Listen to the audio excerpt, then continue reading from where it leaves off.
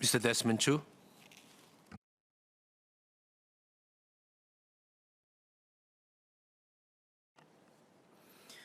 Mr. Speaker, sir, we need to harness technological advancements to enhance our immigration procedures and bolster border security. The integration of cutting-edge methods such as biometrics and data analysis into our immigration processes improves security and overall travelers' experience. We can be secure without being burdensome. The proposed amendments enable the ICA to achieve greater operational efficiencies from future-proofing against new and evolving challenges, digitize and automate immigration processes, strengthening border controls, and efficient administration of immigration passes and permits. I will address them in turns. First, on future-proofing against new and evolving challenges. Mr. Speaker, currently airline, ship, and train operators must submit advanced passenger and crew information. Under the proposed Section 23C and 23D, the ICA will be empowered to collect advanced passenger and crew information for entry into Singapore's checkpoints via buses. This would unify the ICA's powers to do so across all modes of entry, as entry into Singapore via buses is not covered under the Immigration Act. There is no reason why entry by bus should be considered less of a security threat compared to entry by air or sea. This unification of security measures gets us closer to completing our nation's security infrastructure to collecting information. In addition, the introduction of the No Boarding Directives, or NBDs, to direct transport operators to deny boarding to undesirable individuals, particularly those who pose a threat to our safety and security, is a crucial enhancement. It prevents such individuals from travelling to Singapore in the first place, instead of being only turned back at the checkpoints on arrival. There are 4 points that I would like to highlight for the Ministry's consideration. Firstly, it is worthwhile reviewing whether failure to comply with NBDs should be considered a strict liability offence. Human errors or technological glitches are realities in any operational system.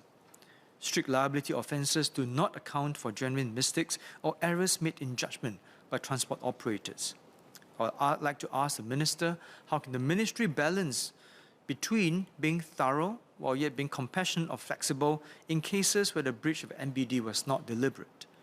Furthermore, Singapore's reputation as an international transportation hub depends not only on security measures, but also its ability to facilitate smooth travel for passengers. Overly harsh measures for transport operators could deter them from serving Singapore, potentially reducing our attractiveness as a transit point for travellers and cargo. I call on the Ministry to consider to strike a balance between the objective of making Singapore an international transport hub and safeguarding our security. Second, it is currently proposed for NBDs to cover individuals who are both entering and transiting in Singapore. I believe that there is indeed value for NBDs to apply to transit passengers. Singapore cannot become an easy transit point for undesirable characters. Could the Ministry share how many instances of undesirable characters that have transited through our checkpoints in recent years, and how this could have been avoided if we had NBDs?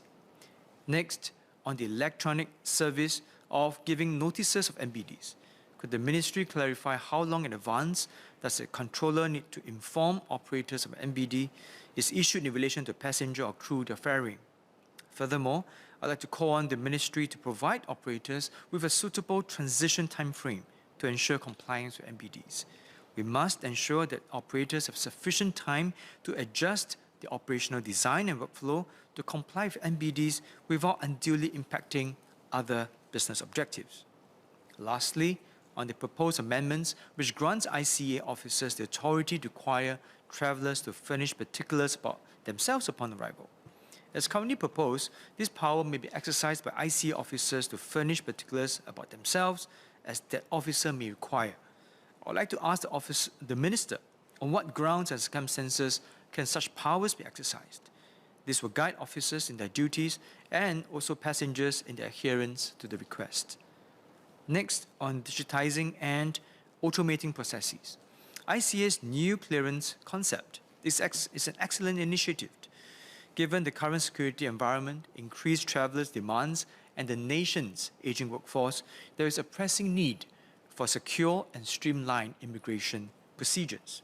The NCC aims to automate routine tasks and allocate human resources to more critical functions. Could the ministry share if manpower and operational work streams are ready for the NCC?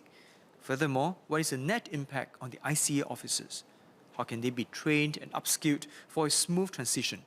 Perhaps we can redeploy affected ICA officers to other roles with higher human touch, or even providing courses for upskilling to help ICA officers transition into working alongside the NCC effectively. Under the amendments, it is now proposed that digital versions of permits and passes can be used to verify immigration status. Under this initiative, the passenger's digital identity and flight information undergo back-end processing to generate a unique token, which is then used along with their biometric data to confirm their identity and travel details at different automated touchpoints. While the ministry has stated that this data will retain for a short time with adequate safeguards, there may be still concerns about the necessity and potential risks associated with holding such sensitive information. We are also constantly at risk of cyber attacks. What are the cybersecurity provisions to ensure the integrity of the NCC? What are the contingency plans during data breaches? In recent months, there have been significant delays at immigration checkpoints due to technological glitches. How is the ministry and ICA stepping up to prevent such incidents? Perhaps the ministry could share the measures we are taking to prevent the system-level breakdown like the one we suffered as recent as March 2023.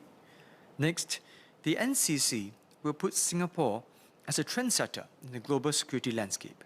However, additional value will be created for Singapore and our visitors if other jurisdictions come on board and integrate the NCC in their security administration.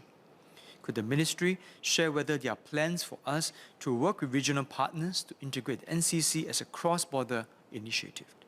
Lastly, on strengthening border controls, ICA personnel currently possess the ability to make arrests for non-immigration violations occurring within or near authorized zones and detain vehicles of immigration-related infractions.